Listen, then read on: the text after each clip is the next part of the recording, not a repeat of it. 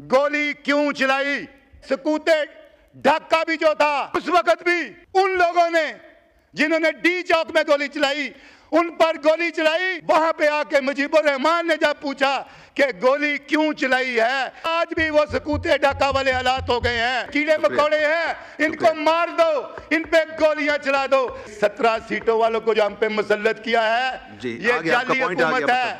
गुजारिश ये है कि पाकिस्तान जब से वजूद में आया है इसमें सिर्फ सानियात ही है, आसानियां बहुत कम हैं।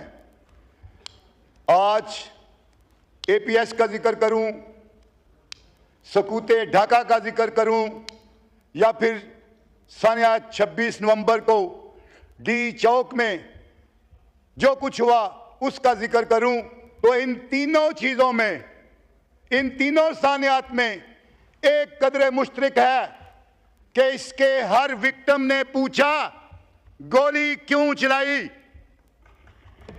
आपको ये मैं याद दिलाना चाहता हूं कि सकूते ढाका भी जो था उस वक्त भी चंद तालिब इल्मों ने सिर्फ ये कहा था कि उर्दू के साथ साथ बंगला को भी कौमी जबान बना लिया जाए, और उन्होंने भी ऐसे ही डी चौक आकर अपना उस वक्त बांग्लादेश में जो एहतजाज किया, तो उस वक्त भी उन लोगों ने जिन्होंने डी चौक में गोली चलाई उन पर गोली चलाई।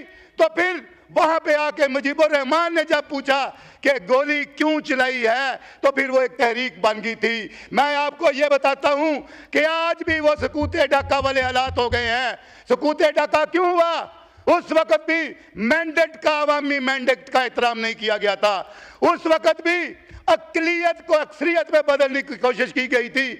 उस वक्त भी 80 सीटों वाले को वो उस मुल्क का वजीर आजम बनाना चाहते थे और 160 सीटों वाले को वहां पे उसको इख्तिदार नहीं देना चाहते थे।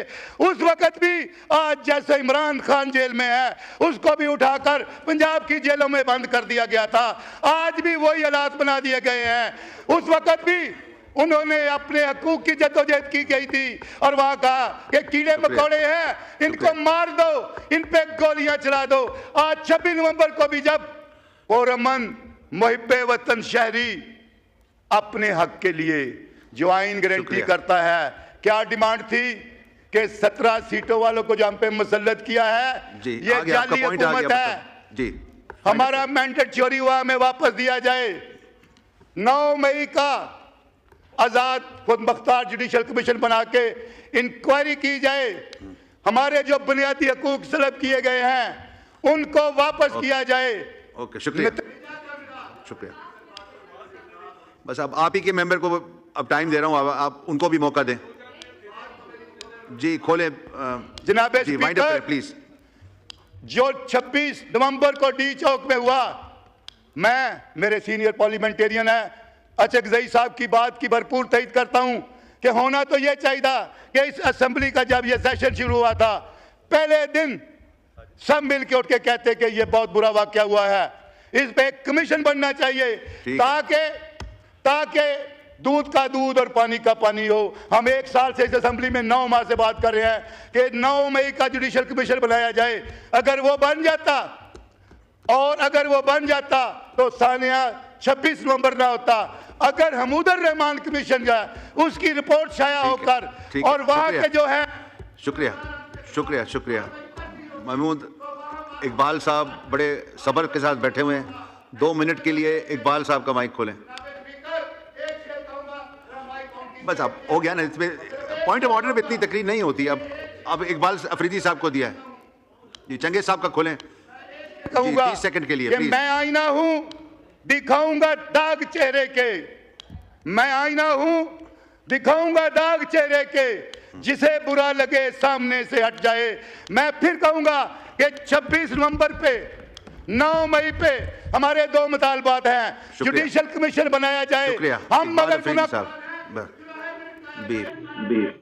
ये सिस्टम नहीं चल सकता जी, इसलिए कि बहुत अरसा पहले 1400 साल पहले हज़रत अली रज़ी अल्लाह ताला अन्हु ने यह फरमाया था कि कुफ्र की हुकूमत तो चल सकती है लेकिन जुल्म और बरबरीत की और नाइंसाफ़ी की हुकूमत नहीं चल सकती। तो ये जुल्म है ना कि जो लोग मैंडेट लेके जाते हैं अवाम का, اور اسمبلی میں اگر ان کو بولنے کی بھی اجازت نہیں ہے کہ وہ کھل کے اپنا موقف پیش کر سکیں، وہ اپنے لوگوں کی نمائندگی کر سکیں، لوگوں پر ہونے والی زیادتیوں کا وہ ذمہ داری فکس کر سکیں، جن لوگوں پہ ذمہ داری فکس ہوتی ہے ان کا نام تک نہ لے سکیں، ان کا مائک بند کر دیا جائے، ایسے لوگ جو ببانگ دہل حقائق بیان کرتے ہیں ان کو چانس ہی نہ دیا جائے، یہ کیسی اسمبلی ہے، یہ کیسی جمہوریت ہے، یہ کیسا اسلامک ڈیموکریٹک آف پاکستان ہے، کیسی اٹامک ڈیموکریٹک آف پاکستان ہے۔ یہ افسوس ہوتا ہے کہ یہ ساری قوتیں جو عوام کے حقوق غصب کرنے کے لیے اور وطن عزیز کو نقصان پہنچانے کے لیے اور اغیار کی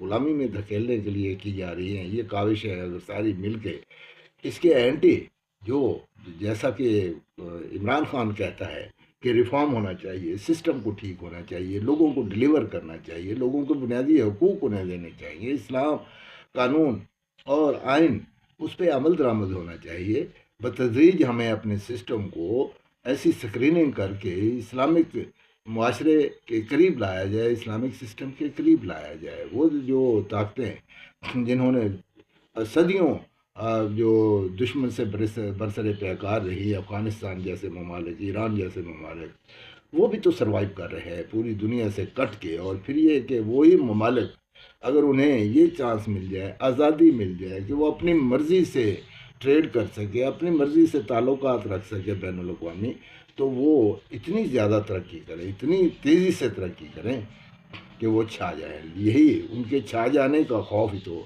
وہ عالمی طاقتوں کو ناگوار گزرتا ہے۔ ابھی مشرق اور مغرب کی جو تقسیم ہے اس میں حد فاصل ہم ہیں پاکستان، خاص طور پہ گرم پانیوں تک پہنچنے کے لیے جو ایکسس ہے وہ روس کے لیے، چائنا کے لیے، وہ پاکستان سب سے زیادہ سوٹیبل روٹ ہے۔ یہ سلک روڈ صدیوں پہلے بنایا گیا تھا، اسی اہمیت کے پیش نظر کتنے ممالک کو آپس میں جوڑتا تھا، تو وہ پاکستان میں سے ہو کے گزرتا تھا سلک روڈ، اور آج وہ جو جرنیلی سڑک ہے اس کے نشانات کبھی کہیں نہ کہیں آج بھی دکھائی دیتے ہیں۔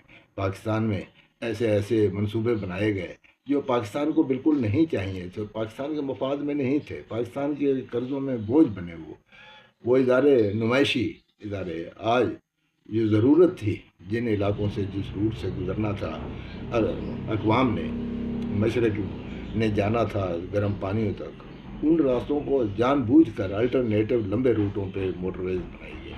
نام لیتے تھے پاکستان کی ترقی اور خوشحالی کا، موٹر ویز کا، اور رجا نے کیا کچھ انویسٹمنٹ کا، لیکن اپنی ذاتی سرمایہ بھی یہاں کے سیاستدانوں نے باہر جا کے انویسٹ کر دیا، اپنی اولادوں کو باہر رکھا۔